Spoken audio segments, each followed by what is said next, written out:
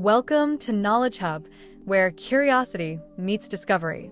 Dive into a world of fascinating facts, mind-blowing science, and the secrets behind everyday wonders. Get ready to expand your mind and explore topics that spark your imagination. Let's unlock the knowledge together.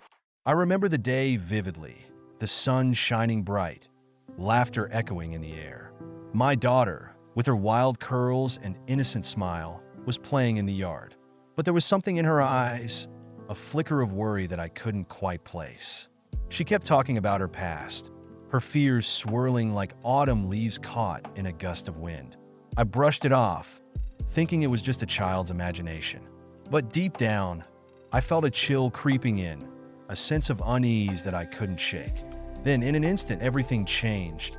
I was in the shed, working on a project, when I heard her calling for me. I rushed out, but what I found made my heart drop. There she was, my little girl, standing frozen in fear. And then, out of the shadows, he appeared, Bagman. His ghostly figure loomed over her, and before I could react, he snatched her away, stuffing her into that cursed bag of his. I fought back, but it was too late. The darkness swallowed them both, and I was left with nothing but the echoes of her screams. For years passed, and the world moved on, but I was trapped in that moment, haunted by the loss. I tried to rebuild my life, to find some semblance of normalcy. I met Karina, a kind soul who brought light back into my life. We had a son, and for a while it felt like I could breathe again. But the shadows never truly left. Then came Patrick's brother, a whirlwind of energy and ambition. He was fascinated by my tree-cutting machine, a creation I had poured my heart into. It was a marvel, a testament to human ingenuity, and for a moment I felt proud.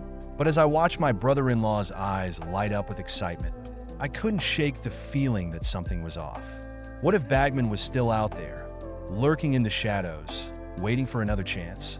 I could see it in the way my son played, carefree and oblivious to the darkness that had once consumed my life. I wanted to protect him, to shield him from the horrors I had faced. But how do you guard against a ghost? As the days went by, I found myself torn between the joy of my new family and the haunting memories of my past. I wanted to believe that Bagman was just a figment of my imagination, a tale spun to scare children. But deep down, I knew the truth. The fear was real, and it could strike at any moment. I had to confront my demons, to face the specter of Bagman once and for all. I couldn't let him take anyone else, not again. So, I began to prepare to gather the strength I needed to protect my family. Because in the end, it's not just about survival. It's about fighting for those we love, even against the most terrifying of foes. I can't shake this feeling. It started with those noises from the jungle, strange, unsettling sounds that echoed through the trees, creeping into my mind like a shadow. I thought it was just my imagination, but then I found those wood pieces scattered around the yard, placed in odd formations, almost like a message. I remember the last time I felt this way. It was when I was a kid, terrified of that cave behind our house. I'd hear whispers in the dark, and my heart would race at the thought of that man with the scissors, lurking just beyond the light. Now, as an adult, I thought I'd left those fears behind, but they've come rushing back. Karina was frantic earlier. She lost track of our son. He followed that doll into the jungle, and for a moment, I felt my heart stop. What kind of world is this where a doll leads a child into the unknown? Thankfully, he was found safe, but I can't shake the dread that clings to me like a fog. The odd events keep piling up. Lights flickering in the house, shadows darting just out of sight. I found my old owl and cap, the ones I thought I'd lost forever. How did they end up in the shed? It's as if the past is reaching out, pulling me back into a time I thought I'd escaped. And then there's the flute, my son's flute. It's gone, just vanished. I can't help but think it's all connected.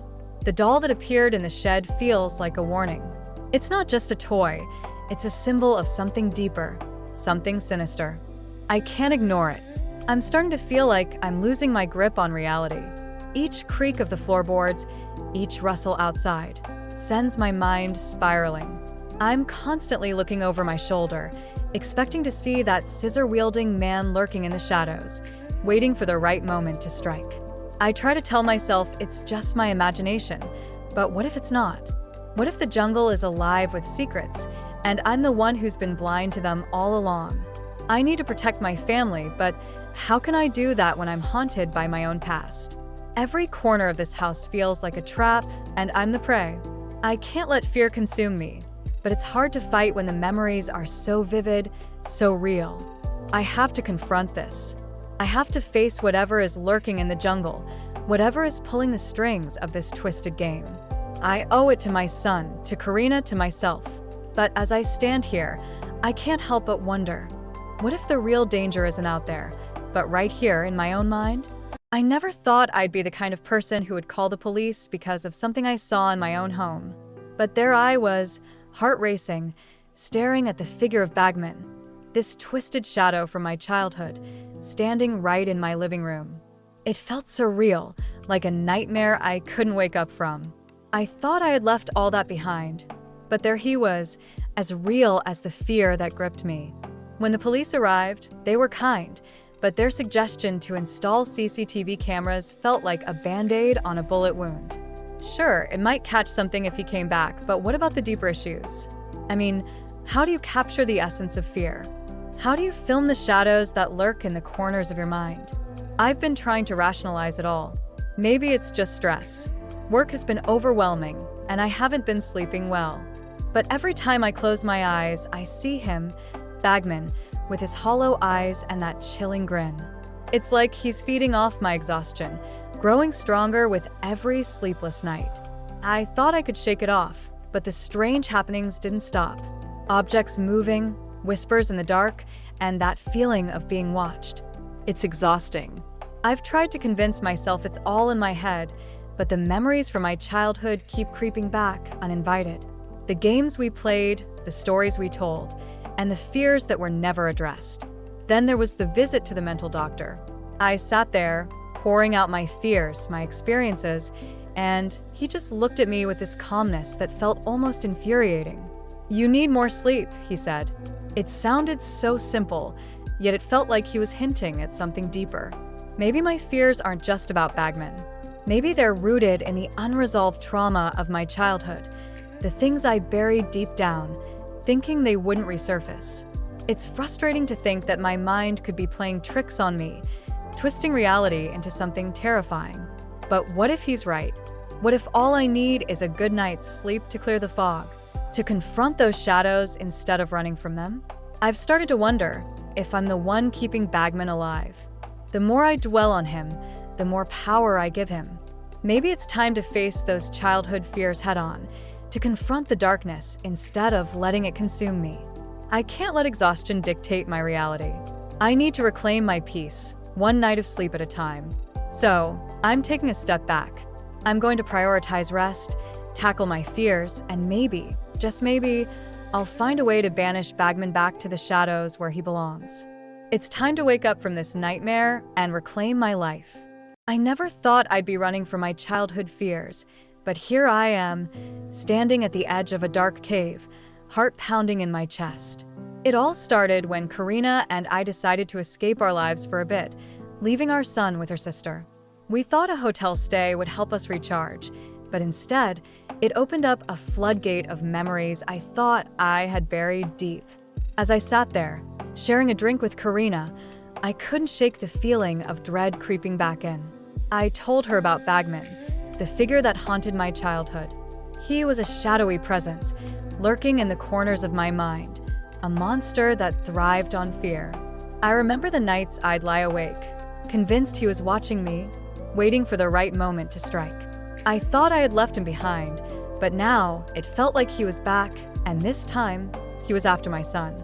Meanwhile, Karina's sister was home with our boy, blissfully unaware of the darkness that was about to invade her world. I can only imagine the moment she first saw him, the way he emerged from the shadows, his eyes glinting with malice. I can't help but feel guilty. I should have protected them both. I should have known that Bagman wouldn't just disappear. He was waiting for the perfect opportunity to return. When I got the call, my heart sank. Karina's sister was shaken, recounting her encounter with Bagman. She had managed to fend him off, but I could hear the fear in her voice. It was a reminder that this wasn't just a story from my past. It was a reality that threatened my family. I knew I had to act fast. I had to find my son before it was too late. Guided by his voice, I made my way to this cave, the very place where Bagman had claimed so many before. Each step felt heavier than the last, the darkness wrapping around me like a suffocating blanket. I could hear my son calling out, his innocent voice echoing through the cold, damp air. It was both a comfort and a terror.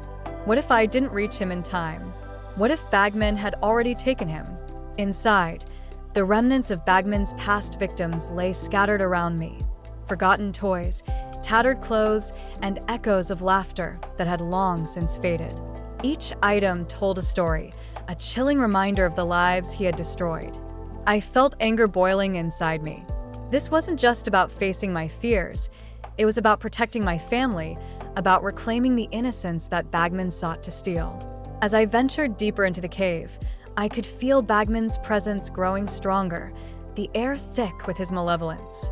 I had to confront him, not just for my son, but for every child he had ever tormented. I could hear my son's voice clearer now, guiding me, urging me to keep going. I wouldn't let fear dictate my actions any longer. I was here to fight, to reclaim what was rightfully ours. This was it, the moment of truth. I could either let Bagman win, or I could face him head-on. I took a deep breath, steeling myself for the confrontation that lay ahead. I would not let my past define me. I would not let Bagman take another innocent life. It was time to end this once and for all. I can still feel the weight of Bagman's grip like a vice around my chest. It's a strange sensation, being overpowered by someone you thought you could outsmart. I fought back with everything I had, every ounce of strength, but it was like trying to push against a wall of steel. I remember the moment it happened, my heart racing, adrenaline pumping, and then nothing. Just a cold, paralyzing fear that wrapped around me tighter than his hands ever could. Karina and the police were out there, searching for me, but they had no idea. They were looking in all the wrong places, chasing shadows while I was trapped in the dark. I could almost hear their voices calling my name, but it felt like they were miles away. I wanted to scream, to let them know I was still here, still fighting, but all that came out was silence. It's funny how the mind works in moments like these. I thought about my childhood, how Bagman had always been lurking in the background, a specter haunting my every step. I remember the whispers, the rumors, the way he seemed to know me better than I knew myself. It was like he had been waiting for this moment, planning it all out while I was busy living my life, oblivious to the danger that was closing in. Every encounter we had, every time I brushed him off as just another oddity, it was all part of his game. I was just a pawn in his twisted chess match, and now I was losing. The realization hit me hard. This wasn't just a random confrontation. This was personal. He had been targeting me since I was a kid, and now he was finally ready to collect his prize. I thought I could escape, that I could outmaneuver him, but he was always one step ahead. I can see it now, the way he studied me, the way he learned my weaknesses. It was like he was playing a long game, and I was too naive to see the pieces being moved around the board. And now, as I struggle against the paralysis, I understand the true horror of my situation. This wasn't just about survival. It was about being taken away forever. I can feel the darkness creeping in, the realization that I may never see Karina again, never feel the warmth of the sun on my face. I wanted to fight, to scream, to break free, but Bagman's grip was unyielding. I was slipping away, and all I could do was watch as he prepared to take me into the abyss. The last thing I remember is the look in his eyes, triumphant, satisfied, as if he had finally completed a mission years in the making. I thought I could escape my past, but it turns out my past was always waiting for me, lurking just out of sight, ready to pull me back into the shadows. And now, as I fade into the darkness, I realize that sometimes the monsters we fear the most are the ones we've known all along. If you enjoy what you see, hit that subscribe button and join our community. Don't forget to press the bell icon so you never miss an update. Your support means the world and helps us create even more amazing content for you.